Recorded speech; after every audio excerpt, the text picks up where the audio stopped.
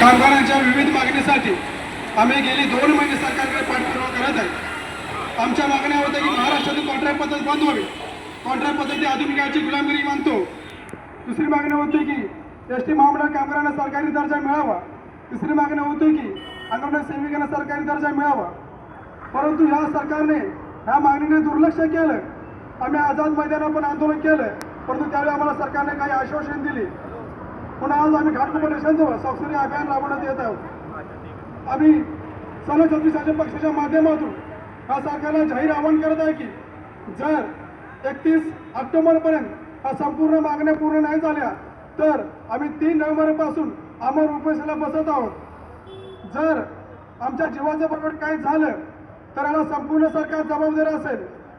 मी संपूर्ण कामगारांना विनंती करत आहे की आव्हान करत आहे की ही लढाई तुमच्या घामासाठी आहे, ना कुठल्या राजकीय पक्षासाठी. संपूर्ण महाराष्ट्रीय कामगारांनी सलग 36 पक्षाच्या मागे खंबीरपणे उभे राहावे. आम्ही तुम्हाला शब्द देतो की महाराष्ट्रातून कॉन्ट्रॅक्ट पद्धत बंद झाल्याशिवाय आम्ही माघार घेणार नाही. थोड्या घोषणा देतात का?